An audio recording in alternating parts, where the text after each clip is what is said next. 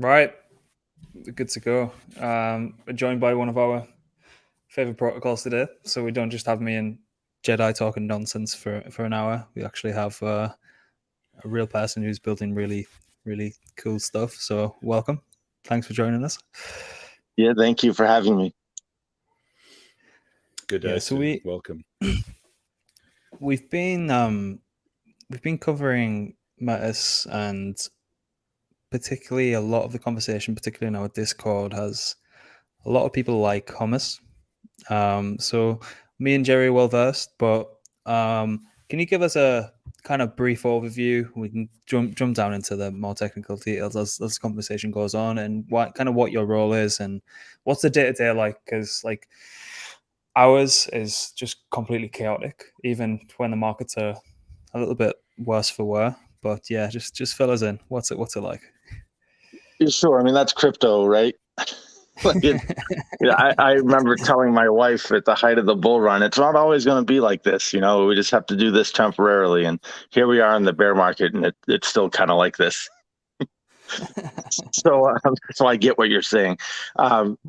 So what I do for Hummus, I do a lot of the community work in the Telegram, just community building efforts, and I also drew the short straw to be the voice. So I'm doing all the AMAs, I'm doing these, which I love. So jokes on them. But anytime I can talk to a captive audience, count me in, and especially about something as fun as hummus. So that's what I'm being used for currently. As I had mentioned, my background's in marketing and design, and through my time in crypto, I've done a lot of yield farming. So I give my unsolicited opinion to the rest of the team anytime someone will listen to me. Was it did you have a gradual transition to this space, or was it kind of... Well, it's kind of funny. I'll try to give you the short story. It's difficult for me, but I'll try. I was starting my own marketing firm in the region that I was living in, and they were the town the development corporation was running an entrepreneurship competition to give startup money to new businesses, and I won. And I got the startup money, and so one of the first things I bought was this really big, powerful production computer, and to run my animation software and Adobe software and all that. So I was doing my work, but then at night I'd look at this thing glowing, and I would think, I really should be able to make money with this while I sleep. And so I started looking around. I was like, well, maybe I can mine Bitcoins with it. So I, set that up, and I was making like 5 cents a day. And I was like, this is great. I'm making like 1 coffee a week on this. And then I thought, well, how can I do this better? And so then I started digging around and found my way into Discord, and how can I do this better? And it was just one question after another of how can I do this better? And now I'm the voice of Hummus. Jedi was an OG miner as well. Oh yeah, nice. I would love to talk to you sometime. I miss POW mining. I used to find a project, compile my wallets off GitHub to try to beat the rush. Yeah, I started in 2015. It was quite easy. It was quite straightforward, and then as soon as things were really sailing along, obviously the bear hit in 2017, and it was really tough. I mean, I mined throughout that whole period, and I was basically just break even. I was sure. I was paying my electricity bill with the Bitcoin that I had. I had accumulated quite a bit, which was great, which gave me a foot in the door in terms of trading and all the rest of it. Never made a huge amount, but it was fine. It paid the bills, and it was a good experience. I mean, I still have some ETH miners that are still running. I mean, they're on old 1070 cards, and that's about to end. That's 2 weeks away. It'll be over. And I've been mining ETH for a long time. It's going to be 5-6 years. Yeah. It's going to feel weird for you. Are you going to turn them on to something else, or are you going to shut them down? I used to do a lot of spec mining. I got a big kick out of that. Yeah, so that's a really good question because I haven't had the time to sit down and do, the What to Mine website. There's a website called whattomine.com, and I haven't been there Right. to check it out. I think Ethereum Classic seems to be the next candidate, but I haven't done the research yet. I just haven't had the chance because my good friend here keeps me busy. So Right. Well, that's not a bad thing. And to be honest, yeah. the market will show you where to go, because all that hash rate's going to go somewhere, and you can just go to. You know what's interesting about the whole thing is that I saw quite a lot, because I've obviously, when I came onto Twitter many years ago, a lot of the guys that I followed were miners, mining interests, individuals who mined. And a lot of the content that's come out of that community has been around selling their stuff as opposed to, switching over, which has been quite interesting. I mean, I'm sure there'll be a ton of guys that will switch over, but I've also noticed that a lot of those cards have been sold back into the gaming communities. And now obviously there's an overabundance of cards, and gamers are loving life, and they're getting cards for really good rates. And, whereas for the last 7 years, gamers have been paying an absolute exorbitant fee for them. So, Right. And been super salty about it. Yeah, and very salty about it. Absolutely. Is Barry Silver and Grayscale not just going to buy them all off you and run like their ETH Classic mining farm? Is that not what's going to happen? But you can't get him involved, because that will just signal the top, and that wouldn't be a good thing, considering that everybody has a top signal friend. Barry Silver's ours, that's for sure. Right, enough of those rubbish projects. What? Yeah, right. Let's do a high level. What is Hummus? What was the inception to where it is now, and let's start getting into where it's heading in the future. Yeah, sure. So I think I'll start just by giving you the bullet point of what Hummus is. Is that cool? Perfect. All right. So I'll use my marketing speak here. So we're a next generation decentralized AMM, automatic market maker for stable swaps. And our main features are we have no impermanent loss risk for liquidity providers. We offer single-sided liquidity provision, and we offer ultra-low slippage for traders. So I'm not super familiar with your community or their comfort level with a lot of these terms. Is that a good description, or should I kind of break it down into layman terms? Wait, before Grant answers the question, we have apes, lots and lots of apes, and they are familiar. They are familiar. They're probably more familiar than even you are. Most of them. Great. But great. just tell us anyways, for those like myself who aren't familiar. Great. I mean, have you yield farmed before and provided liquidity before? Yes, I have. Okay, Absolutely. so you know that pain of impermanent loss when you deposit your assets and then you look and you're like, wow, I'm making X amount of dollars a day. This is great. And then when you go to withdraw your money, you're like, well, I made 500, but I somehow lost 1,000. And that is the joy of impermanent loss. As the value of the assets change, the liquidity pool rebalances, and the value of what you've initially deposited can change. And that makes yield farming risky. It makes it harder to strategize what to do, and you really got to stay right on top of it because it can change fast. And then your emotions come into play, because you might get hit with a lot of impermanent loss, and it's impermanent because it's not an actual loss until you withdraw it. So you might kind of get that feeling in your stomach and want to puke, so you withdraw it, and then you realize a day later, if you would have left it in there, you would have been fine. So I mean, it's an emotional roller coaster, and we don't have that in Hummus because we offer single-sided liquidity provision. So you're only depositing one asset, and that asset is a stable asset. So whatever you deposit is what you will withdraw whenever you withdraw it. So your profit is your profit, and you're not going to have any, magical secret loss that you find out at the end. So that, it makes it, you can put it in and set it and forget it if you want to. And that's a good peace of mind. It makes it more enticing to kind of park unused funds there. Maybe if you just want to let something ride while you look for your next thing, or, like me, I actively farm hummus because that's my strategy. I think that's the best thing I can be doing right now. Ultra low slippage for traders. You find, we call it capital efficiency because it sounds super cool.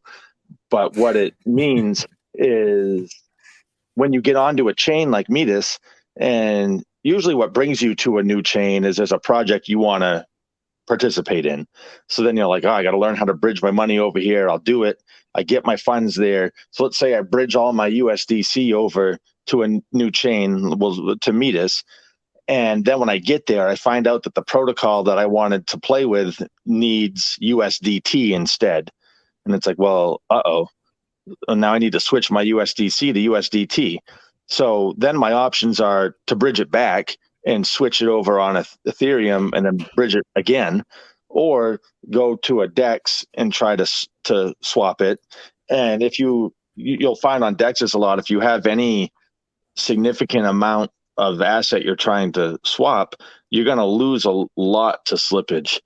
And there's nothing that hurts worse than, say you have $1,000 to play with and you want to use it. So you bridge it over and it's like, all right, that cost me $50. And then I'm in the wrong asset. So I got to swap it and I lose 100 to slippage. And it's like, well, now I'm down to $850 that I can use out of my 1,000. And that does not feel good.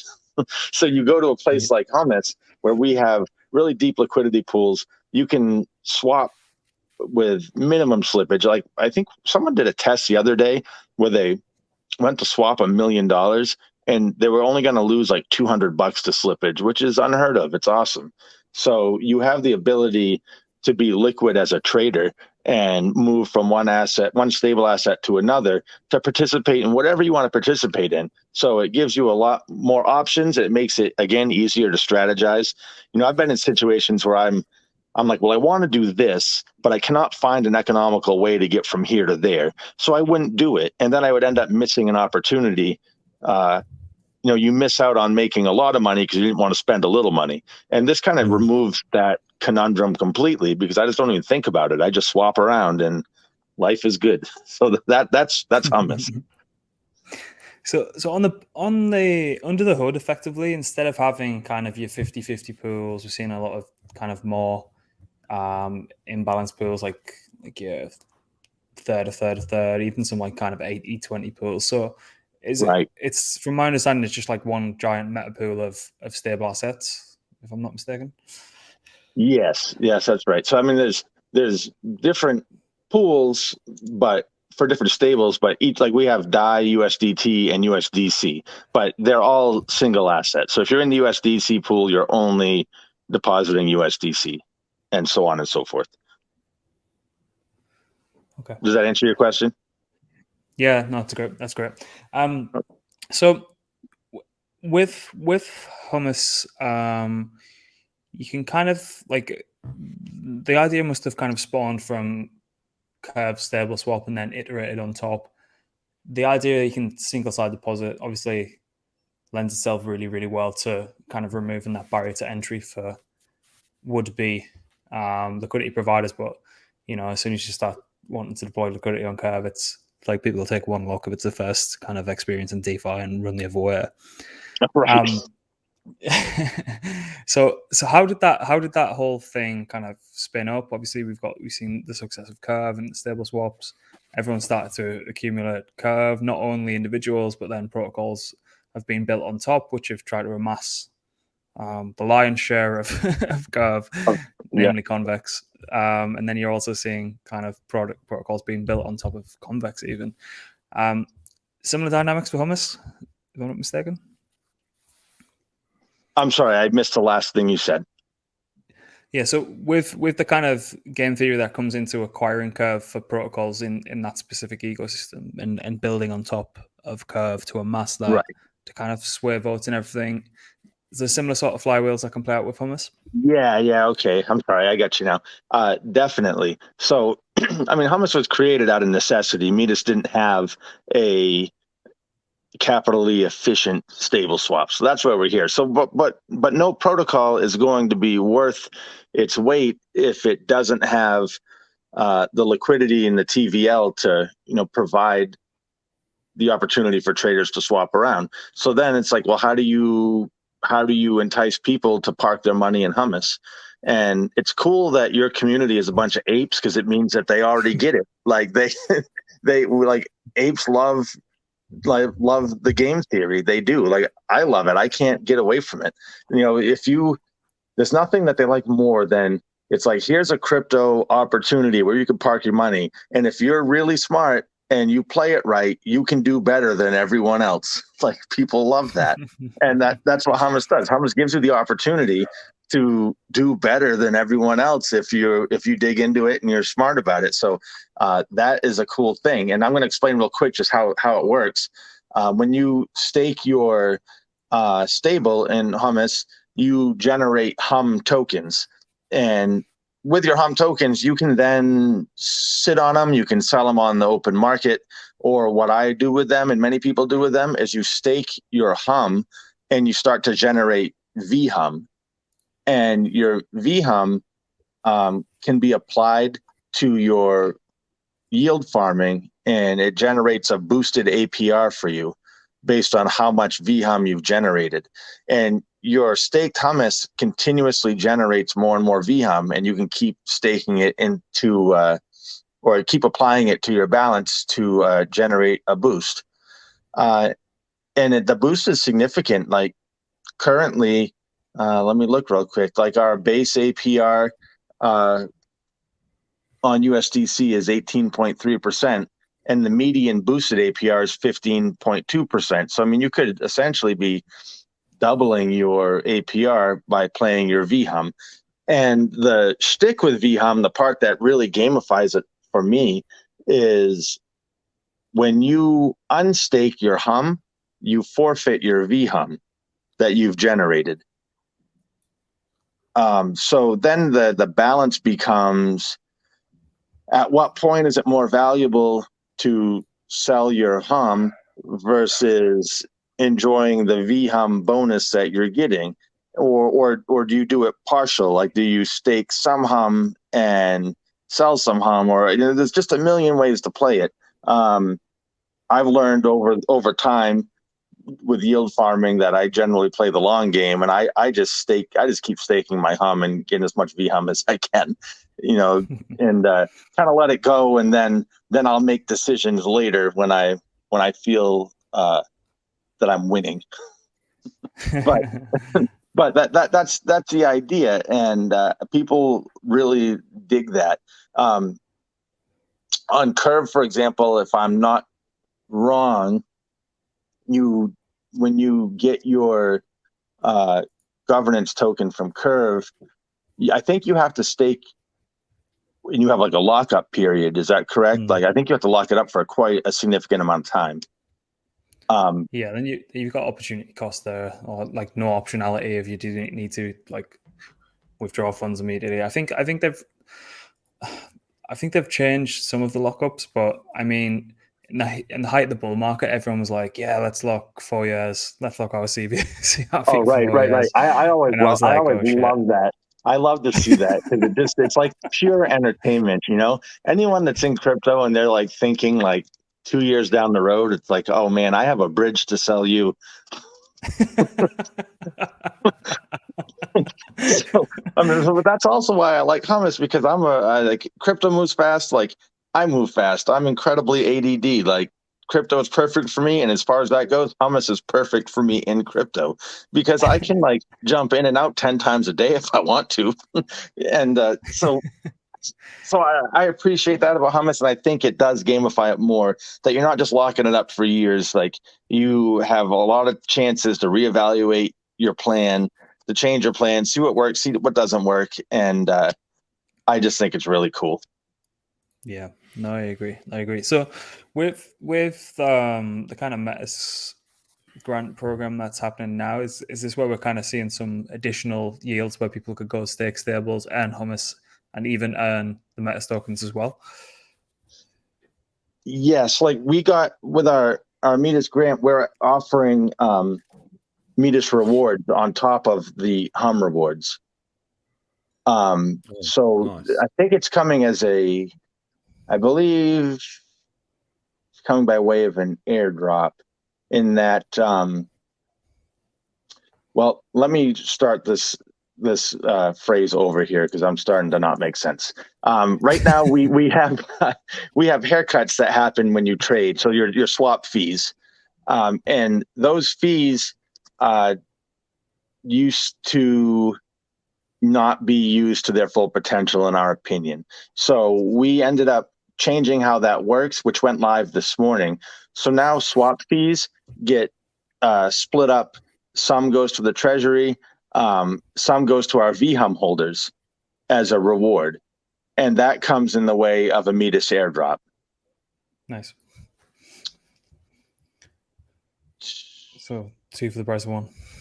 Right. And also we have another project from Key. They have a stable offering called My, that you're going to be like, you can stake your stable with them and earn My, and then you'll be able to stake your stable, your My on Hummus and earn Hum. And then of course your veHUM. So we're already bringing some utility to the rest of the ecosystem. I mean, that's our hope too, and our plan ongoing is we're hoping that people will be building on top of Hummus.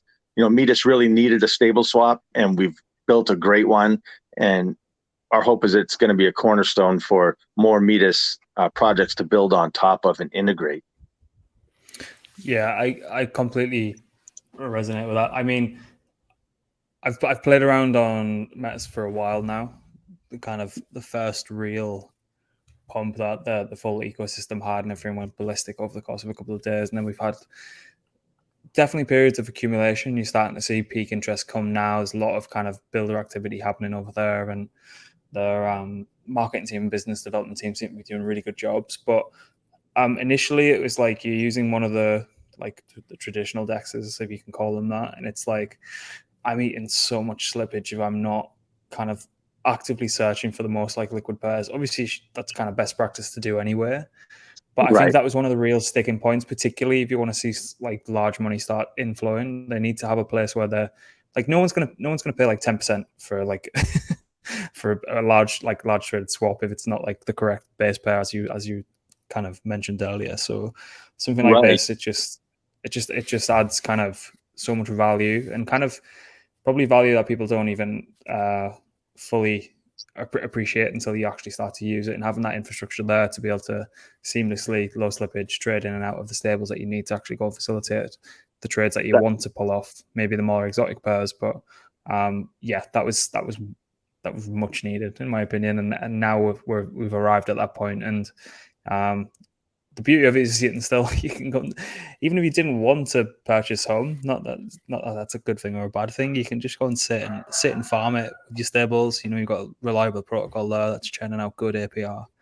Like some people are very risk off. I mean, well, no one in crypto is a risk off person, but relatively speaking, some people in crypto are pretty risk off, and Hummus is a great solution for them.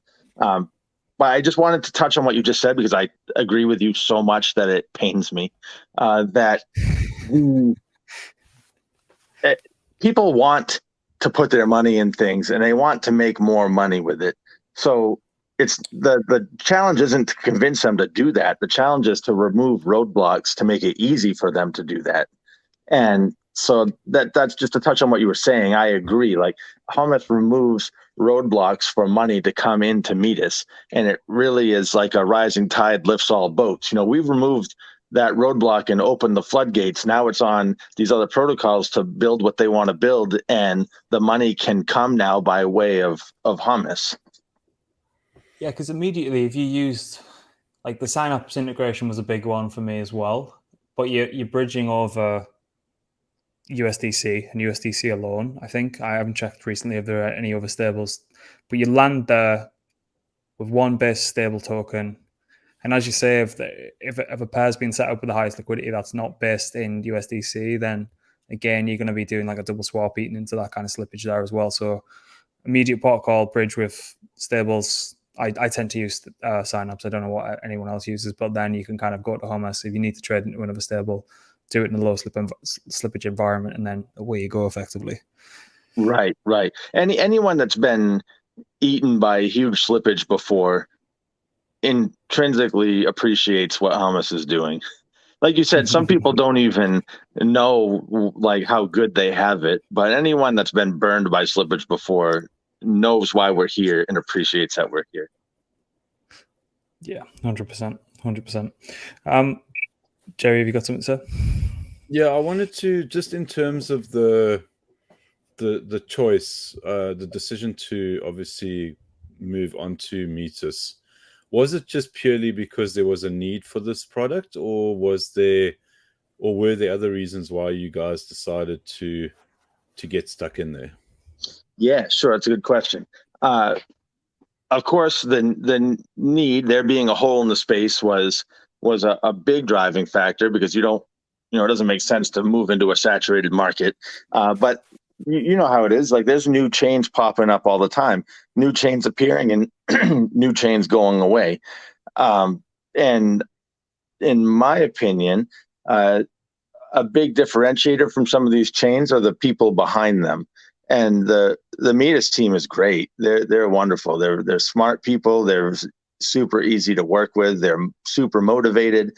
They're passionate about Metis.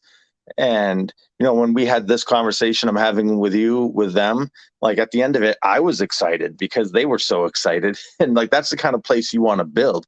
And they're putting things together, their grants, their marathon, they're actively doing things to grow their ecosystem. And so now, this was a chance to get on the ground floor with people who are working every bit as hard as you're working. It's been like a personal mantra of mine to, never put more effort into someone's project than they're putting into it. And I'm still trying to put as much effort in as they do. Like, they're just a great place to be, a great place to grow, and a great place to work with. So now we have a great protocol. We're in on the ground floor of a really promising chain. You just can't pass that up. So, I mean, it is quite an interesting thing that, even though we are in this decentralized space where, anonymity is such a big thing, and, we've had plenty of debates and conversations, and I mean, we've written a lot about it in terms of how valuable that anonymity is, and how, the space really needs it. But at the same time, there are always two sides to the coin, and the other side is that it takes good people. It takes good people that have vision, that have the energy, and have the foresight to obviously put all of this stuff in place. And that's why we obviously have, chains that come and go, and people obviously, kind of like cash grabbing and doing the rest of it. And I think that in many ways, success is actually a lot easier to achieve. All you got to do is just bring a little bit of honesty, a little bit of effort, and a whole lot of, enthusiasm to make it happen. And, it's not actually that difficult. You just got to put the time in, the effort, and just don't rug people, and that's kind of like the winning recipe, like, Right. It's not hard. It's not difficult. And you can create a sustainable business that can last you for years, and you can make a serious amount of money, and have a good time, and essentially just be happy. It's like, that's a great point. It's a great way to look at it. And that's true for building protocols. It's true for being an individual doing crypto as well. Like, I always thought it was kind of like, I appreciate that I was born in the time I was born in, but sometimes I feel like all the low-hanging fruit discoveries and stuff have already been made. It's like, why couldn't I have been set for the rest of my life for noticing that apples come down when you throw them in the air? It's like those bastards already got all the good stuff. But I feel like crypto is like a new opportunity for this, right? Because like you're saying, it's such like a wild west, and trust is so big. And when people ask me, like, what should I buy? What should I trade? It's like, you're asking the wrong questions. really you want to say, like, who should I know? What can I do to be valuable? You make yourself valuable, and you surround yourself with people who are better than you or who have skills in different areas than you. Like, in my opinion, it's all about networking, which comes to what you said, being honest, being a trustworthy person, bringing something to the table, whether you're a protocol or an individual. That's the difference. That's the difference between making it and not making it in this kind of space. I mean, Grant and I have been in situations, over the last year or so where, we've had people come to us with like crazy offers, whole lot of money on the table. And it's like, I mean, we've spoken about this before, but it's kind of like, yeah, you must tell everyone, you must tell your community about this project. And then you look at this project and it's like, nobody, there's no amount of money that's going to make us tell them about anything about your project. Right. You can forget about it. And it's, the thing is, it's kind of like, it's kind of like an instinctive thing for us. So it's kind of like, it's a no-brainer. But like, the way that things have progressed and where we are right now, it's like, it's just such an obvious thing to do, because we're just doing so much better because we're on the up on just keeping it tidy, keeping it honest. And I think that's kind of like the lesson for because we're building as well right now. It's like our YouTube channel is still relatively new. We're trying different things in the space and we're building. We're no different to what you guys are doing. It's no different to, you guys arriving several months ago and starting from scratch, and we're doing the same thing. And we're just finding that the real value in this space, as you said, it's about the relationships. It's about how people react to you as an individual, and then obviously as a collective, and then where do you go from there? And if you can get that stuff right, it really is a cool space to be in. That, it's a bear market. It sucks that, like lost a whole lot of money, like after I made so much. And it's like, but I think everyone's in that boat. No one's actually immune to what's happened over the last, 8 months. But we're building, and it's a whole lot of fun. Yeah, I agree completely with you. Totally. I think across the board, there's more upside potential and there's like more plus EV for people who want to go out and create value as opposed to the smaller percentage of people who make it from kind of extracting value from the market. So like people are, as you say, people are always asking, what do you do? What do you buy? When should I buy this? And it always seems to be at the top, particularly with friends and family. So they never talk to you again. But if you're actually going to cut it, just go and add more value than you're extracting. Like what really annoys me in the space at the minute is like everyone seems to think they want to have this like immediate product that offers absolutely no value. So what they do is they try and game the system by, I don't know, creating a shitload of threads that have absolutely no value inside of them whatsoever. But later throughout that thread, it'll be like, why don't you subscribe to my newsletter? That's going to charge you like $3,000 a year. And it's just like, no, it doesn't work like that. You add more than you take and you do it consistently. And if people actually like your shit, then they might support you in other ways. And I think it's the same as any industry. Like the more that you put out, you probably like start on this path and just start kind of creating value, and then opportunities just kind of fall on your lap that you could never have expected in a million years, and you couldn't have planned for them. That's just absolutely all down to that kind right. of Absolutely that ethos right. of just adding as much value as physically possible, and then the opportunities arise. So yeah, and crypto itself is in a weird place in that we are, we're trying to move towards adoption, but the only time crypto gets its just rights in the media is in terms of showing it like a lottery ticket. Like crypto's hot right now, gets the change out of your couch cushions and get ready to retire. And, but it brings all kinds. Like at the height of the bull run, I had a cousin write to me and he's like, you do crypto, right? And I was like, yeah. And he's like, well, I've been talking to some guys at work, and I'm thinking about putting some money in, and they said that USDC is doing really well. And I was like, don't talk to me ever again like this. He's like, do you think it's a good buy? It's like, come on. Like, I wish that I thought that you were joking with me.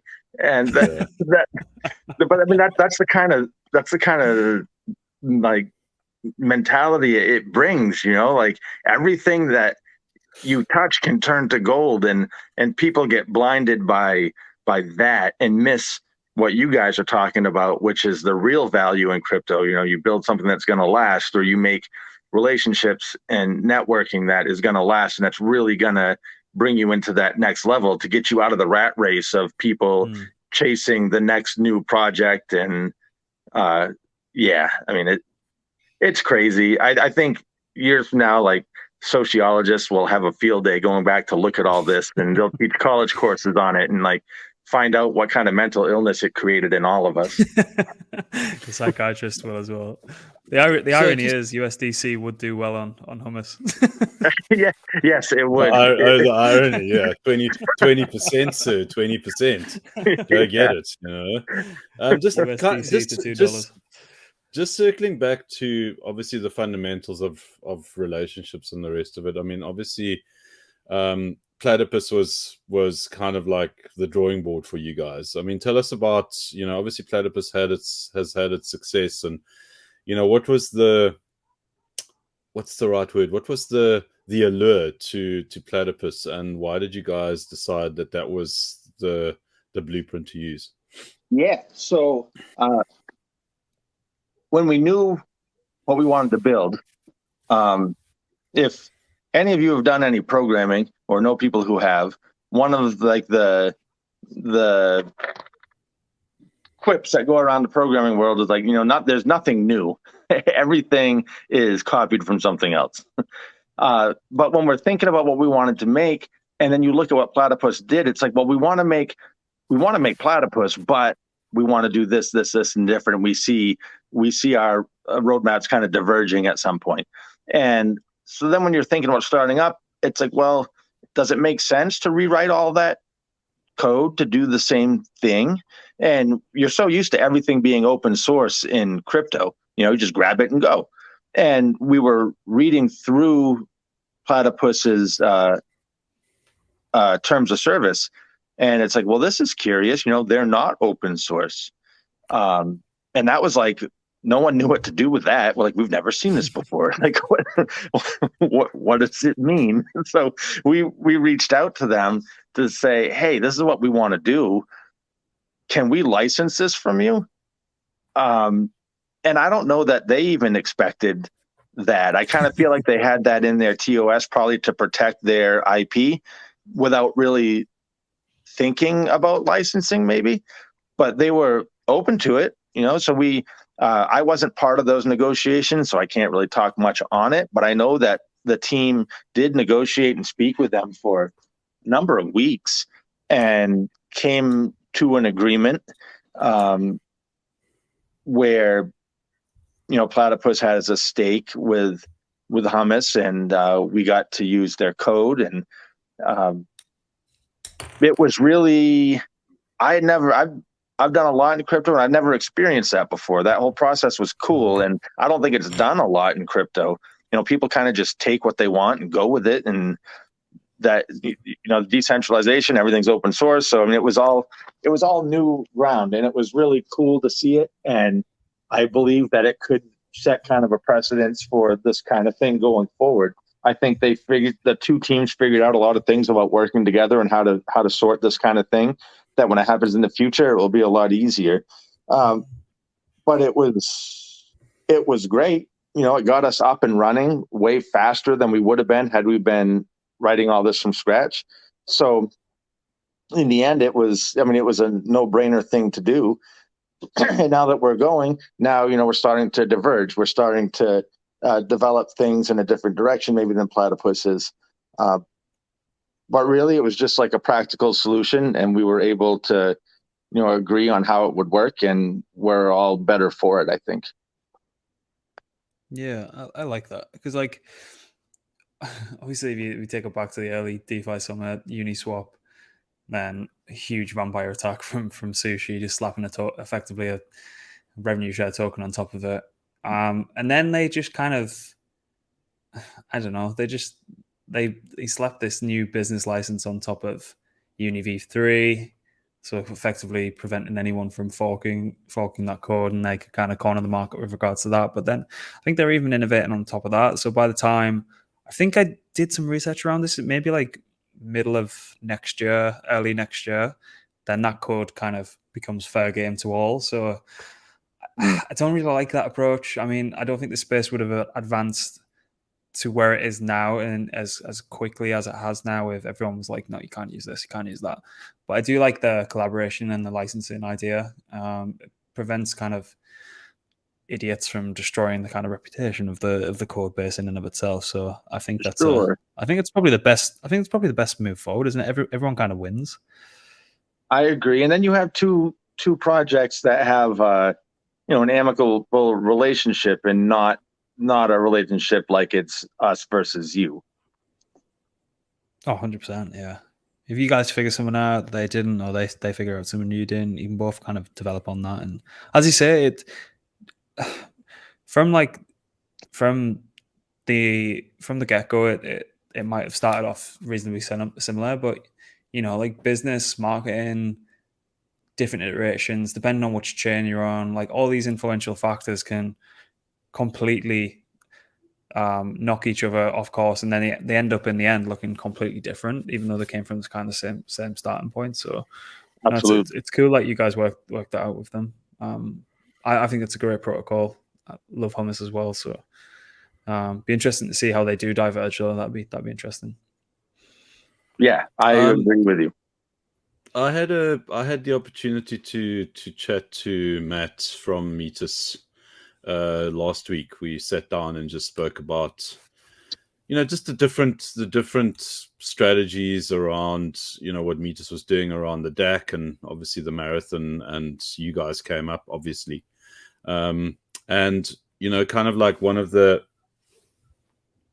big things that came up was, I mean, it's just obviously, you mentioned it early on. It's like there's such a strong, like, narrative around gamification and how do you maximize your returns, irrespective of whether you yield farming, trading. There's this game that gets played, and it seems like Metis has put in a lot of, whether it was, on purpose, whether it was partly on purpose, and it just played out that way. But it seems like the platform is very much, the ecosystem is very much around the gamification of things.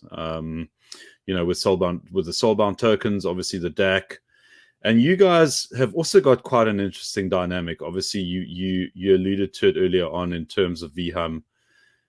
Without giving away too many secrets and kind of hoping that our listeners and viewers can go and figure it out for themselves, how much of the gamification have you guys taken up in terms of what Metis has offered and brought it into the fold for you guys to utilize?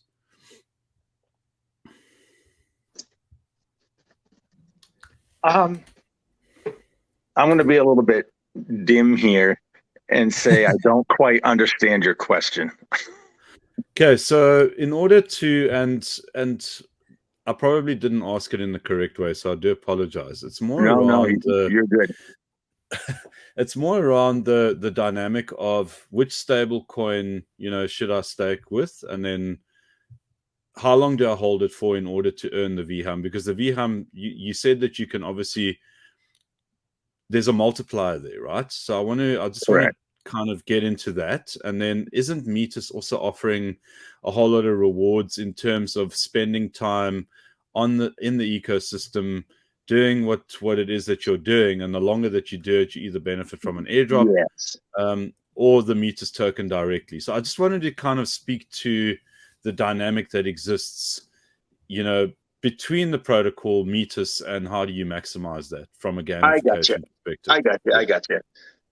Yeah, I haven't had my coffee yet. It's my fault, not yours. So, as I did say, you do receive Metis right now based on your veHUM.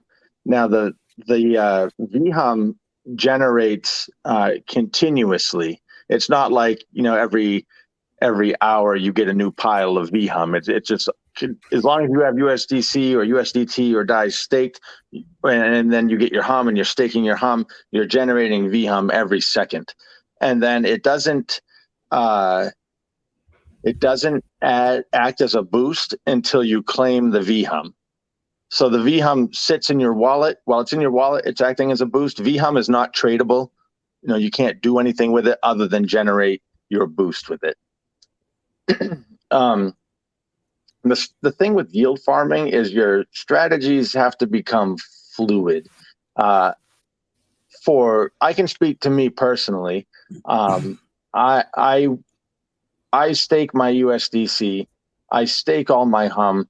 I get as much veHUM as I can, especially now because they've been announcing that the Metis rewards were coming, and I want that. So I've been piling up my veHUM the best that I can. Now, it's easier, I think, maybe in a bear market because things are kind of mellow. Prices and such kind of stay the same. Like there's not a whole lot of volatility. But your strategy can become very fluid in a bear market where things are moving and grooving, and the value of Metis is changing, the value of hum is changing, up or down or sideways, and you really, well, here's what I would say. I always make sure when I put assets into anything that I have a plan. I know what I'm going to do. I think, what am I going to do if the value goes up? What am I going to do if the value goes down? What am I going to do if the value stays the same? And then I know in my head, this is what I'm going to do. Because the last thing you want to do when you're in the gamification part of crypto is make emotional decisions, because they're almost always wrong. And then you will regret. So even if you change your plan 1,000 times a day, you want to have a plan so that you're not caught on your heels when something happens. So I would say, for me, while things are very constant and Hummus is building, and I'm just staking hum and I'm keeping my veHUM and I'm just riding that wave. Because until there's an outside force acting to force me to change my strategy, there's no reason to change your strategy. Sometimes you feel like you need to change something just because you need to be doing something. And I suffer from that a lot. Like, it's hard for me to not do anything. I feel like I always need to be managing something. There's been times where I was like, I need to do something, and I would withdraw, my yield farming asset, and then be like, well, I have nothing to do. So then I would redeposit it. And it's like, that was really dumb. Like, all I did was spend some fees. But you have this, like, you feel like if I'm not doing something, then I'm leaving something on the table. No, you're not. Like, Hummus is doing the work for you. Just let it do the work for you. And Metis is doing the work for you. Just let them. So I think when markets are calm, you do the safe things. And when markets are volatile is when you really want to think, when does it make sense to move this here and move that there and trade this and stake this? And don't be afraid to get the pen and paper out and start crunching some numbers. But the big thing is just with gamification, just always have a plan so that you're never feeling like, I don't know what to do, but I need to do something now, because then you end up withdrawing your assets and redepositing them. Does that answer your question? Like, I kind of, yes. No. What you've done is you haven't given the formula, but you've told us what we needed to know. You didn't say you must do this and you must do that, but you did tell us the different layers that are there, and I think that's important. And that's what I wanted you to answer to, is that there's a way that you can approach this thing, and there's not just the staking and the rewards from the staking. There's obviously the ecosystem that's offering rewards, your veHUM, and sit tight and just enjoy it. And it seems like it's sustainable. It seems like it's doing its thing. And yeah, we like what you guys have built. It's solid. It looks like it's, like TVL's growing consistently. The other day, I saw the marketing guys throw around a graphic. We had become the #1 TVL on Metis. So yeah, I mean, like you said, it's a solid protocol. Like the rest of the Hummus team you could take my word for it. They're all great people. They're all people I trust. Like they are all committed to seeing Hummus succeed. So everything's running smoothly. Now it's just about growing and helping Metis to grow, trying to get more users over here. And as more protocols come up, we look to support them. And yeah, it's all just about growth now. I suppose there is another kind of external gamification, particularly with, I don't know, say there's protocols that want to build on top of Hummus. I know there's the Aerarium guys that have started to accumulate Hummus, because if you're going to be a yield aggregator or something like that on top of you guys, you best make sure as a protocol you have as much veHUM kind of siloed away that you can boost yields above and beyond what a neighboring or competing protocol can. Absolutely. So obviously you got the user participation that's always trying to keep the boosted yields as high as physically possible as well. But you also start to see projects akin to like a Convex or what we've seen on Platypus with Vector. They start to build and they kind of start to amass like lion's share of home as well. So because they can boost the yields without the need for individuals to actually stake their home and that boosted yield as well. So I think that's yet to come on a mass scale, but we've seen what happened to PTP when Vector started buying up and Akinda started buying up as much as they physically could there. I can say that from a speculative and trader's perspective. I don't know if it sounds great coming from you guys, but I've seen this thing play out already now. So, and I know what the effects of that were. Right. I'm gonna no comment that, but you can't see me smiling. Would you guys have gauge voting further down the line? There's more exotic stables. Yeah, I was just going to mention that. So that's where we're headed. Eventually we are going to have gauges, and veHUM becomes the voting token for gauge emissions. Yeah, we have a stablecoin project that we're trying to pull a leg to get over to Metis that we should probably speak off air about. That might be interested in this. And it's it's not an algorithmic stablecoin, just by the way. It's the real we'll deal. Speak off air, but yeah. I still have open wounds from algorithmic stablecoins. Oh God, don't say those words. Everyone does. Did you get burned with UST? No, I avoided that one. I did play with Titan. Oh, those are the days. Yeah, that was fun. I'm like, well, Mark Cuban's doing it. Why wouldn't I?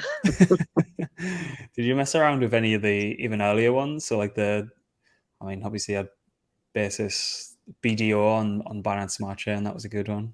Yeah. So I thought I was going to be able to retire off those yields. I missed Basis, but I caught all of the horrible forks. Those were the times, I think. Yeah. The best of times, the worst of times. Yeah, you can become a crypto veteran in a week. Take me back.